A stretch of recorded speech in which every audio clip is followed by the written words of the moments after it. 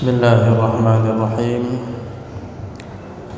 Assalamualaikum warahmatullahi wabarakatuh.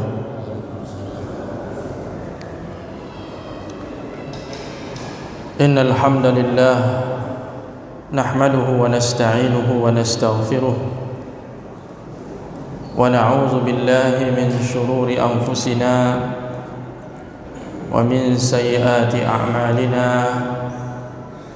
من يهده الله فلا مضل له ومن يضلل فلا هادي له. أشهد أن لا إله إلا الله وحده لا شريك له وأشهد أن محمدا عبده ورسوله. اللهم صل وسلم على نبينا محمد وعلى آله وصحبه أجمعين. أما بعد.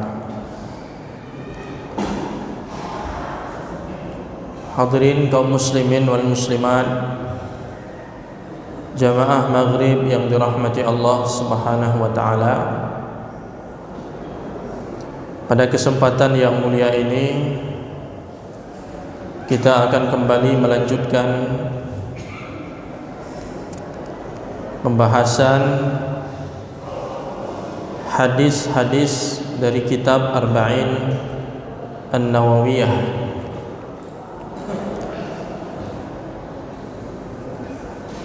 Hadis yang diriwayatkan oleh Al-Imam At-Tirmidzi dan lain-lain dengan sanadnya dari Abu Muhammad Al-Hasan ibni Ali radhiyallahu anhuma, sibti Rasulullah sallallahu alaihi wasallam. Beliau adalah cucu Rasulullah sallallahu alaihi wasallam, wa raihanatih, dan orang yang dikasihi oleh Nabi sallallahu alaihi wasallam. Al-Hasan ibni Ali radhiyallahu anhuma mengatakan, aku telah menghafal dari Nabi sallallahu alaihi wasallam sebuah hadis yang berbunyi, da' ma yaribuka ila ma la yaribuk, fa inna as-sidqa tuma'ninah wal kadhiba ribah. Nabi sallallahu alaihi wasallam bersabda yang artinya, tinggalkan olehmu sesuatu yang meragukanmu dan lakukanlah sesuatu yang tidak meragukanmu. Sesungguhnya kejujuran dan kebenaran itu mendatangkan ketenangan, sementara bohong dan dusta akan menghadirkan keraguan. Kaum muslimin yang dirahmati Allah Subhanahu wa taala, yang pertama, hadis ini diriwayatkan oleh Al-Imam At-Tirmidzi dan dinilai hasan oleh ahli hadis. Salah satunya Syekh Albani rahimahullah menghasankan hadis ini. Diriwayatkan dari Abu Muhammad Al-Hasan ibni Ali, berarti sahabat yang meriwayatkan hadis ini adalah Hasan bin Ali radhiyallahu anhuma, cucu Nabi sallallahu alaihi wasallam, sibti Rasulullah sallallahu alaihi wasallam. Dalam bahasa Arab atau penggunaan sehari-hari orang Arab, terutama di kalangan orang-orang awam atau masyarakat umum, kata sibtu itu adalah cucu dari anak perempuan.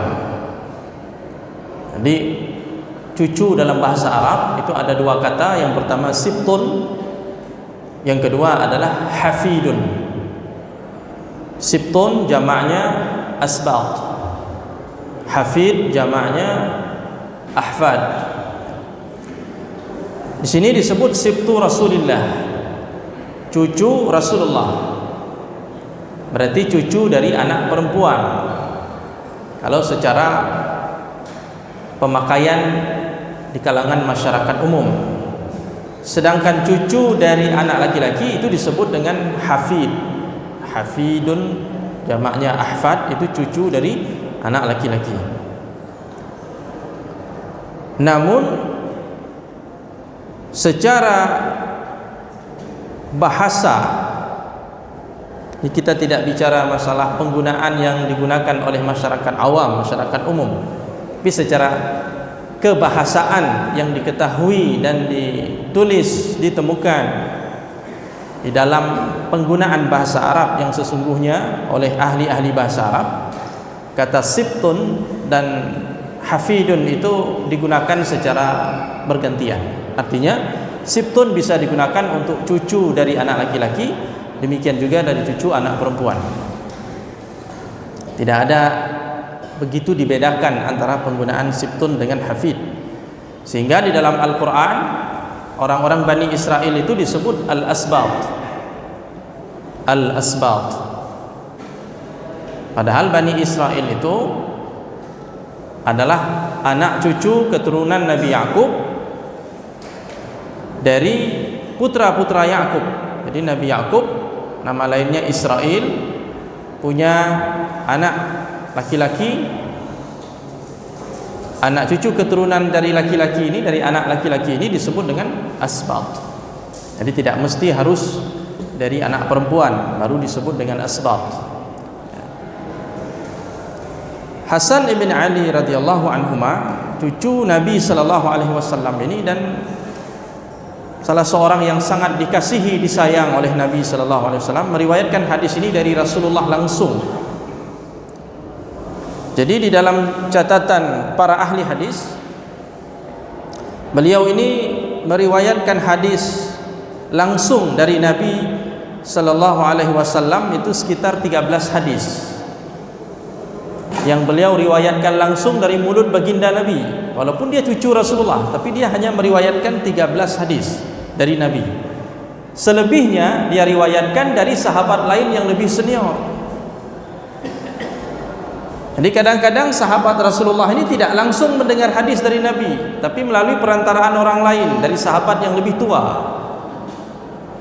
Terutama sahabat-sahabat yang kelahirannya itu di akhir-akhir masa hidup Rasulullah sallallahu alaihi wasallam. Seperti Hasan ini, cucu baginda Nabi ini, lahir pada tahun ketiga Hijriah. Jadi lebih kurang sekitar 7 tahun sebelum Nabi wafat. Ketika Rasulullah wafat, usianya masih 7 tahun. Masih 7 tahun. Alhamdulillah dia sudah mendengar dari Rasulullah sebanyak 13 hadis. Dia hafal dari kakeknya itu 13 hadis. Ini bukan artinya koleksi hafalan hadis beliau cuma 13, bukan. Yang langsung dari Nabi. Selebihnya dia terima dari sahabat yang lain. Dia riwayatkan hadis dari Ali bin Abi Thalib, dari ayahnya, dari Abu Bakar, dari Umar, dari Abu Hurairah, sahabat-sahabat yang senior yang sudah banyak bergaul, berguru kepada Rasulullah sallallahu alaihi wasallam. Jadi Hasan bin Ali ini termasuk salah seorang ahlul bait. Ahlul bait Rasulullah sallallahu alaihi wasallam. Kalau disebut ahlul bait, itu salah satunya adalah Hasan bin Ali, putra dari Ali bin Abi Thalib yang menikah dengan Fatimah, putri Rasulullah sallallahu alaihi wasallam. Lebih tua dari Husain 1 tahun. Jadi ada Hasan Husain. Hasan Husain. Sering orang kalau ada anak kembar diberi nama Hasan Husain. Ya.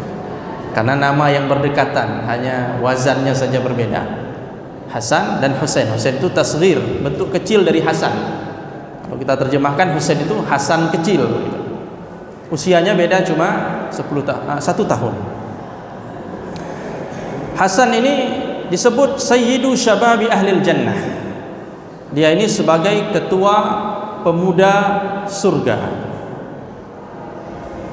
Jadi yang di surga nanti dari kalangan para pemuda itu ketuanya adalah Hasan dan Husain, cucu Nabi sallallahu alaihi wasallam. Pernah suatu ketika Nabi sallallahu alaihi wasallam melihat cucunya ini, Nabi mengatakan, "Hadza sayyidun." Cucuku ini adalah seorang pemimpin, calon pemimpin. Di tangannya lah nanti Allah Subhanahu wa taala akan mendamaikan dua kubu pasukan kaum muslimin yang sedang bertikai. Kita tahu setelah terbunuhnya Utsman bin Affan dalam peristiwa berdarah itu, kaum muslimin terlibat dalam perang saudara, yang masing-masing kubu itu dipimpin oleh sahabat-sahabat Rasulullah sallallahu alaihi wasallam. Berlanjut sampai Ali bin Abi Thalib, sampai beliau wafat. Kemudian kekhalifahan setelah Ali bin Abi Thalib diberikan kepada Hasan bin Ali. Jadi setelah Khulafaur Rasyidin, setelah Ali bin Abi Thalib jadi khalifah, bukan langsung Muawiyah, bukan. Setelah Ali, Hasan bin Ali. Tidak lama, selama 6 bulan saja beliau menguasai wilayah Hijaz, Irak, Khurasan, dan wilayah Yaman. Selama 6 bulan menjadi khalifah setelah ayahnya wafat. Akhirnya Hasan bin Ali ini berinisiatif karena melihat pertikaian di antara kaum muslimin yang tidak reda-reda waktu itu. Akhirnya beliau berinisiatif untuk menyerahkan kepemimpinan dan hak kekhalifahannya itu kepada Muawiyah bin Abi Sufyan radhiyallahu anhu. Akhirnya kaum muslimin memiliki satu pemimpin, Amirul Mukminin Muawiyah, dan Hasan bin Ali memilih untuk menjadi salah satu dari kaum muslimin, rakyat. Ya tentunya dia memberikan keteladanan yang cukup baik, keberadaannya di tengah-tengah umat sangat bermanfaat. Dengan inisiatif beliau, akhirnya Allah Subhanahu wa taala melalui inisiatif beliau ini Allah mendamaikan dua kelompok kaum muslimin yang sedang bertikai, yang selama ini terus berperang dan telah memakan banyak korban dari kedua belah pihak. Jadi Allah damaikan kedua pasukan ini. Akhirnya bersatu padu di bawah satu kepemimpinan Muawiyah radhiyallahu anhu. Dan peristiwa ini telah dijelaskan jauh-jauh hari oleh Nabi sallallahu alaihi wasallam ketika dia melihat cucunya waktu masih kecil. Dia katakan ini akan menjadi pemimpin umat, sayyid. Dialah yang akan mendamaikan dua kubu kaum muslimin yang terlibat di dalam perseteruan waktu itu. Jadi ini salah satu fadilah keutamaan dari Hasan bin Ali radhiyallahu anhu. Sehingga dari dalil-dalil yang ada, Ahlussunnah wal Jamaah menilai bahwa dari Hasan Husain ini yang paling mulia adalah Hasan. Siapa yang lebih mulia, Hasan atau Husain? Berdasarkan dalil-dalil yang ada, lebih kuat menunjukkan Hasan itu lebih afdal, lebih mulia dari Husain. Tadi kita katakan beliau lahir tahun 3 Hijriah, kemudian wafat pada tahun 50 Hijriah. Jadi berarti usianya sekitar 47 tahun ya, lebih kurang beliau wafat menghadap Allah Subhanahu wa taala. Kaum muslimin yang dirahmati Allah Subhanahu wa taala. Jadi Al Hasan bin Ali meriwayatkan hadis ini dari Nabi sallallahu alaihi wasallam, sebuah hadis yang luar biasa. Karena memang dari awal sudah kita katakan, hadis-hadis yang dicantumkan dalam kitab Arba'in Nawawiyah itu adalah hadis-hadis yang memiliki muatan-muatan besar. Kandungan maknanya itu luas, mencakup banyak persoalan dalam persoalan-persoalan agama. Hadis-hadis dalam Arba'in Nawawiyah itu biasanya hadis-hadis yang terlibat di dalam berbagai persoalan-persoalan Islam, apakah masalah akidah, masalah ibadah, masalah akhlak, terpayungi oleh hadis-hadis tersebut. Salah satunya ini hadis. Sama nilainya seperti innamal a'malu binniyat. Masalah niat itu masuk ke dalam setiap persoalan, setiap masalah. Al-halalu bayyin wal haramu bayyin juga demikian. Muatannya begitu besar. Termasuk hadis ini. Hadis tentang da'ma yaribuka ila ma la yaribuk. Tinggalkan sesuatu yang membuatmu ragu. Tinggalkan yang ragu, ambil yang yakin. Jadi ini seperti satu kaidah, satu hadis tapi menjadi kaidah. Yang dari kaidah itu muncul berbagai persoalan-persoalan. Kaidah itu bisa diterapkan di dalam setiap kasus-kasus hukum, baik masalah ibadah, masalah muamalah, masalah akhlak dan sebagainya. Sehingga ini menjadi salah satu kaidah-kaidah agama. Termasuk jawami'ul kalim, sebuah ucapan yang ringkas tapi memiliki muatan makna yang begitu padat dan begitu luas dan mencakup. Al-Askari mengatakan, "Lau ta'ammala al-huzzaq hadzal hadis la tayaqqanu annahu istaw'aba kullama qila fi tajannubi syubhat." Apabila orang memperhatikan, orang-orang cerdas memperhatikan hadis ini, sungguh mereka akan meyakini bahwasanya hadis ini telah mencakup segala sisi dan persoalan dalam rangka menjauhi perkara-perkara yang syubhat. Berarti ini ada kaitannya dengan hadis sebelumnya, hadis yang sudah pernah kita bahas. Sesuatu yang halal itu jelas, yang haram itu juga jelas, tapi ada perkara-perkara yang syubhat, yang meragukan. Sesuatu yang meragukan, bagaimana cara kita bersikap sementara kita belum menemukan titik terang, apakah ini masuk ke dalam kategori halal ataupun dalam kategori haram. Belum ada kejelasan, belum ada keterangan yang jelas tentang hal ini, atau kita belum menemukan sesuatu yang lebih kuat, yang rajih. Maka dalam hal ini kita gunakan kaidah ini, da'ma yaribuka ila ma la yaribuk. Tinggalkan yang meragukan, ambil yang sesuatu yang tidak meragukan, sesuatu yang diyakini. Dan hadis ini sejiwa dengan apa yang dikatakan oleh Umar bin Khattab. Umar pernah mengatakan radhiyallahu anhu, beliau mengatakan, da'ur riba war raibah awar ribah. Tinggalkan riba dan tinggalkan sesuatu yang meragukan. Yang meragukan ini maksudnya sesuatu yang ada indikasi-indikasi riba di situ, menyerempet kepada riba. Ada hal-hal yang jelas riba, tapi kadang-kadang di dalam muamalah, dalam transaksi-transaksi muamalah itu ada hal-hal yang ada indikasi-indikasi mengandung riba, walaupun tidak jelas, tidak tegas di situ dikatakan riba, tapi mengarah ke sana. Apalagi ketika persoalan-persoalan itu diperselisihkan oleh para ulama, apalagi kalau yang jumhur mengatakan itu tidak boleh, itu termasuk dalam masalah riba. Kemudian ada segelintir minoritas mengatakan itu tidak riba, itu benar, halal, transaksi itu dibenarkan. Dalam kondisi seperti itu, maka sikap kita yang paling tepat adalah menggunakan kaidah dari hadis ini, da'ma yaribuk ila ma la yaribuk. Kalau kita melakukan transaksi itu khawatir jangan-jangan itu kita terjerumus ke dalam praktek riba tanpa kita sadari, maka kita tinggalkan saja transaksi itu, kita beralih kepada transaksi lain yang lebih nyaman di hati, yang ulama telah punya kesepakatan bahwa itu adalah transaksi yang halal. Makanya Umar mengatakan da'ur riba, tinggalkan sesuatu yang diyakini itu riba, yang jelas-jelas riba, war riba, sesuatu yang belum jelas riba tapi ada mengarah ke riba. Jadi dua-duanya ditinggalkan. Yang satu jelas-jelas haram, dosa besar, yang satu lagi masuk dalam perkara syubhat. Jadi kadang-kadang tidak semua persoalan dalam hidup ini yang jelas hukumnya ini halal atau haram. Kadang-kadang kita berhadapan dengan keraguan-raguan. Bukan di kalangan kaum awam saja, di kalangan para ulama pun kadang-kadang itu terjadi. Ya. Hadirin yang dimuliakan Allah Subhanahu wa taala. Kemudian muncul satu ungkapan di dalam kita menghadapi berbagai polemik, perbedaan-perbedaan pendapat dalam satu-satu persoalan. Apakah ini halal ataupun haram?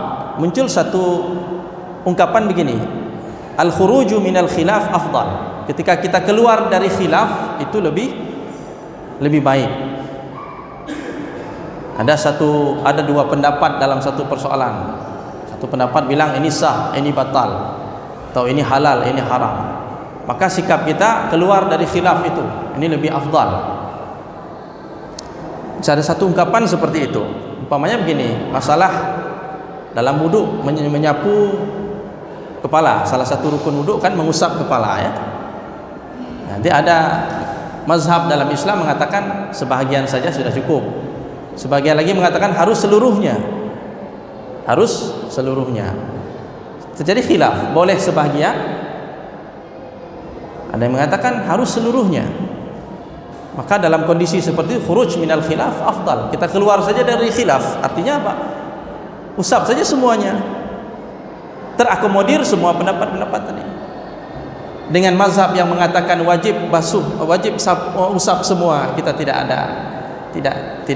salah menurut pendapat itu, dan menurut pendapat yang mengatakan boleh sebahagian pun kita tidak salah.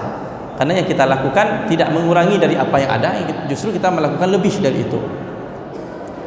Dan banyak lagi persoalan-persoalan lain yang dimasukkan ke dalam persoalan ini. Itu juga dalam rangka menghilangkan keraguan-raguan. Ini yang benar mana? Ngusap sebahagian kepala atau seluruhnya? Nah, supaya lebih yakin ya sudah khuruj minal khilaf saja, keluar dari khilaf, usap saja semua. Persoalan menikahi anak zina. Menikahi anak zina. Seorang ayah menikahi wanita yang wanita ini adalah tidak lain, seorang laki-laki menikahi seorang wanita yang wanita ini lahir dari hasil hubungan laki-laki tersebut dengan ibunya.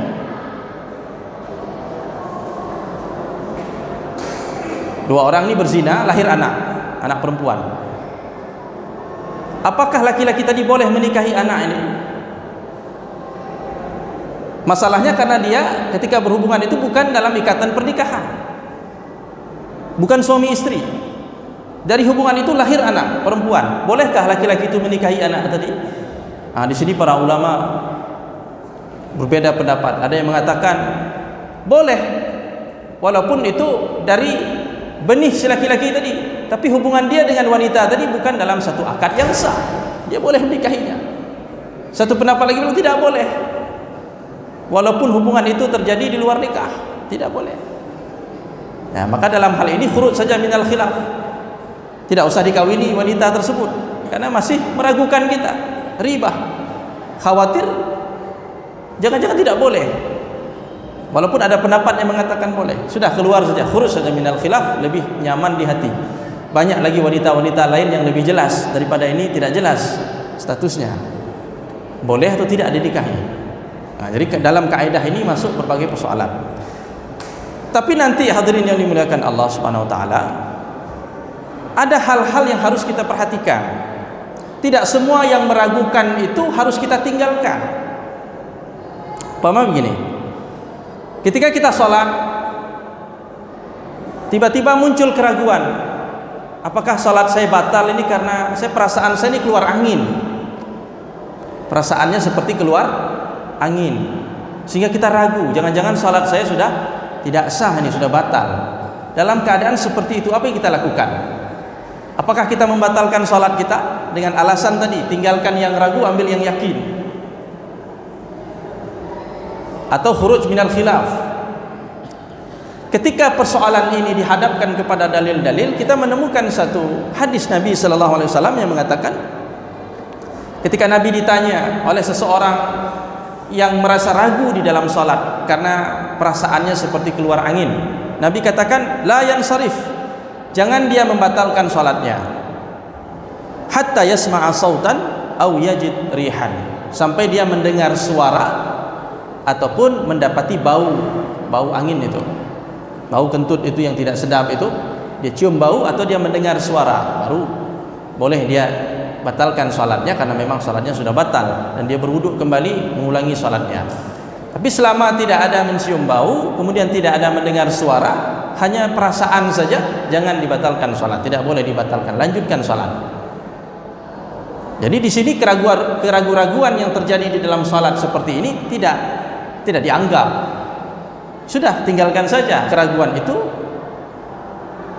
kita lakukan salat itu secara sempurna, lanjutkan salat itu, tidak ada masalah.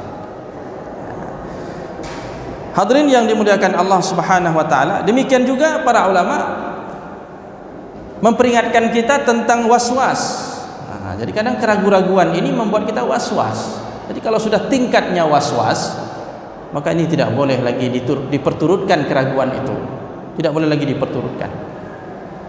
Was-was ini sudah seperti orang, seperti ada semacam gangguan kejiwaan itu, merasa ragu, ini sudah sah atau belum.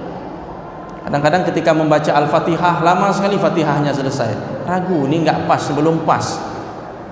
Ada orang berwuduknya itu sampai setengah jam, wuduk saja setengah jam, karena merasa ragu, ini udah sampai enggak air ke seluruh tubuh.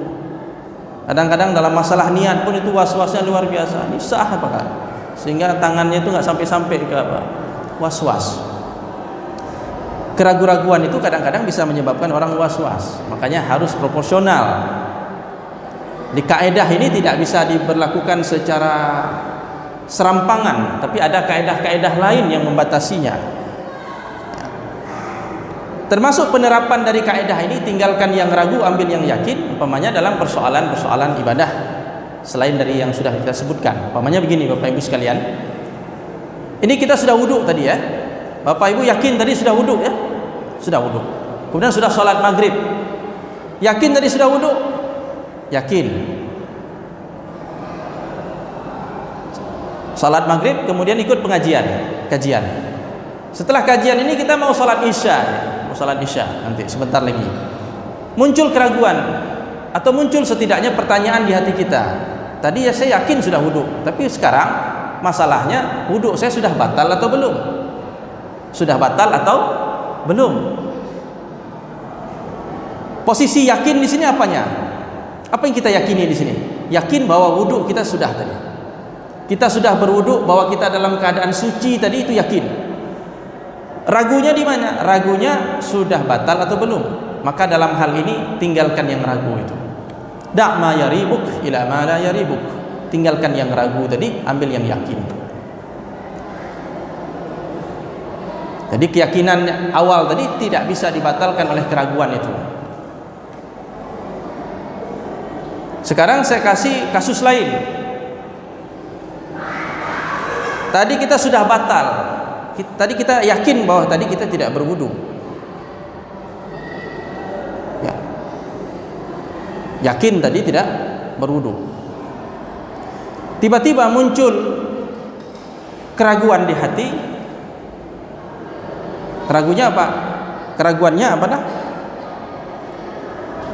Apakah saya sudah berwudu atau belum? Kalau ragunya saya sudah berwudu atau belum, maka dalam hal ini kita mengambil kepada yang yakin tadi. Yakinnya kita awalnya memang tidak ada berwudu. Setiap orang pada dasarnya tidak berwudu. Perbuatan wudu itu muncul kemudian. Kalau pertanyaan apakah saya sudah berwudu atau belum, maka kembalikan ke asalnya. Asalnya kita tidak berwudu. Ketika kita dilahirkan, apakah kita sudah berwudu? Ketika kita bangun tidur, apakah kita sudah berwudu? Belum. Pertanyaannya, sudah wudu atau belum? Maka kembalikan ke asal. Asal kita ini tidak suci, tidak dalam keadaan suci dari hadas. Kita berhadas. Ya, berarti ambil yang yakin. Yakinnya bahwa kita belum berwudu, maka sekarang berwudulah dan salatlah. Jadi ada dua hal yang harus kita bedakan tadi. Kalau pertanyaan sudah batal atau belum, maka anggap saja, yakini saja bahwa kita belum batal. Kecuali ada perbuatan-perbuatan yang kita yakin memang itu sudah membatalkan. Tapi kalau pertanyaannya sudah wudu atau belum, maka ambillah posisi kita belum berwudu. Tugas kita sekarang berwudu dan sholat. Nah, ini diantara penerapan-penerapan dari hadis ini. Ini sholat kita sudah 3 rakaat atau baru 2 rakaat? Ketika ragu antara 2 dengan 3, ambil yang mana? Yakinkan bahwa kita sudah melakukan 2 rakaat. Jangan ambil yang 3. Kalau kita ambil 3 rakaat, kita asumsikan kita salat 3 rakaat, masih muncul keraguan. Jangan-jangan masih 2. Maka pada waktu itu asumsikan kita sudah salat 2 rakaat. Berarti kita tambah 2 lagi. Karena kalau kita ambil 3, berarti yang kita tambah hanya 1. Nah, itu kan kaidahnya atau panduannya ketika kita ragu dalam jumlah rakaat itu. Sudah 3 atau 4, ambil yang mana? Posisikan diri kita, pastikan diri kita berada di angka 3. Kalau ragunya antara 3 dengan 4, berarti kita nambah 1 lagi. Ternyata setelah kita tambah 1 lagi, kawan mengatakan kamu sholat 5 rakaat tadi. Tidak ada masalah itu, karena kita amalkan apa yang kita yakini. Ya, hadirin yang dimuliakan Allah Subhanahu wa taala. Jadi hadis ini bisa digunakan di dalam berbagai macam persoalan. Bapak atau ibu pernah meninggalkan puasa karena uzur umpamanya. Seiring dengan berjalannya waktu kita lupa puasa yang saya tinggalkan ini 5 hari atau 6 hari ya. Kira-kira sikap kita dalam keadaan seperti itu apa? Antara 5 dengan 6. Apa sikap kita? Ambil 5. Mantapkan, ambil 5 atau 6? Enggak, ambil 6. Mantapkan di hati bahwa kita meninggalkan puasa 6 hari. Karena kalau kita anggap kita meninggalkan puasa 5 hari, yang kita ganti cuma 5 hari. Masih muncul keraguan? Masih muncul keraguan. Jangan-jangan 6 hari puasa yang tertinggal. Maka ambil yang 6. Mantapkan bahwa kita meninggalkan puasa 6 hari. Ya sudah, diqadha 6 hari. Sejumlah hari yang kita tinggalkan. Ya. Jadi hadirin yang dimuliakan Allah, intinya bahwa hadis ini menjadi salah satu kaidah di dalam kita beragama, di dalam kita berkeyakinan, dalam kita beribadah, di dalam kita melakukan transaksi-transaksi muamalah, ya, dalam hal-hal yang membuat kita ragu dan belum ada kejelasannya. Maka kaidah ini sangat penting dan sangat membantu kita, ya, untuk menghadirkan ketenangan di hati. Maka kemudian hadis ini dilanjutkan dengan kalimat berikutnya, fa inna sidqa tuma'ninah. Kejujuran, kebenaran itu adalah satu tuma'ninah, satu keyakinan, satu ketenangan di hati. Jadi kalau hati kita tenang melakukan sesuatu, itu biasanya indikasi menunjukkan bahwa sesuatu itu benar. Tapi ketika kita melakukan sesuatu ada ragu di hati, ya, tidak nyaman di hati, itu mengindikasikan bahwa sesuatu itu ada masalah. Sehingga Nabi mengatakan fa inna sidqa tuma'ninah, sesuatu yang benar itu pasti menghadirkan keyakinan, menghadirkan ketenangan. Wasidqa ribah, sementara sesuatu yang tidak betul, yang tidak sesuai prosedur, ya, tidak sesuai jalurnya, ada pelanggaran di situ, biasanya itu akan menimbulkan keraguan di hati, ketidaktenangan di dalam jiwa. Dan kita ingin kita selalu melakukan sesuatu dalam keadaan tenang dan tenang. Dan ini sangat mempengaruhi kesehatan jiwa kita. Kalau selalu kita berada dalam keraguan-raguan, ini akan merusak kesehatan jiwa kita, mental kita. Jadi lakukan sesuatu itu dengan tenang, pilihlah jalan yang membuat tenang, nyaman di dalam hati. Hadirin yang dimuliakan Allah, demikian penjelasan dari hadis ini.